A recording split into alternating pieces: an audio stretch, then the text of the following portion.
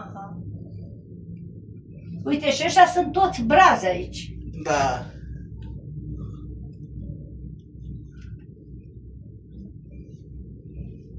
Ce m-am venit la 10? La cât am venit? La 9, la 10? Nu, cred că 11 aici. Păi nu, am venit la 10 Brașov și uite, la 1:30 suntem, la 1:30, la 2:30 o să fim în gară.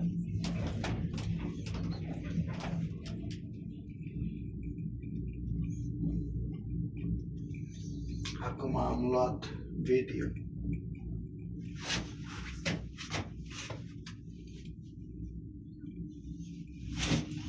Și acum cu doamna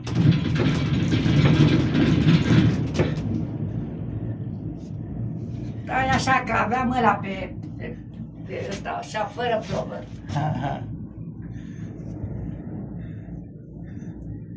সে আমার বাসার মালিক, আমি যে অ্যাপার্টমেন্টে থাকি সেই অ্যাপার্টমেন্টের মালিক।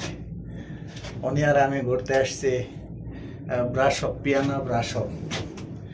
এখানে অনেকগুলো পাহাড় আছে, সেই পাহাড়ে এই যে কেবল কারে উঠছিলাম, এখন নামতেছি।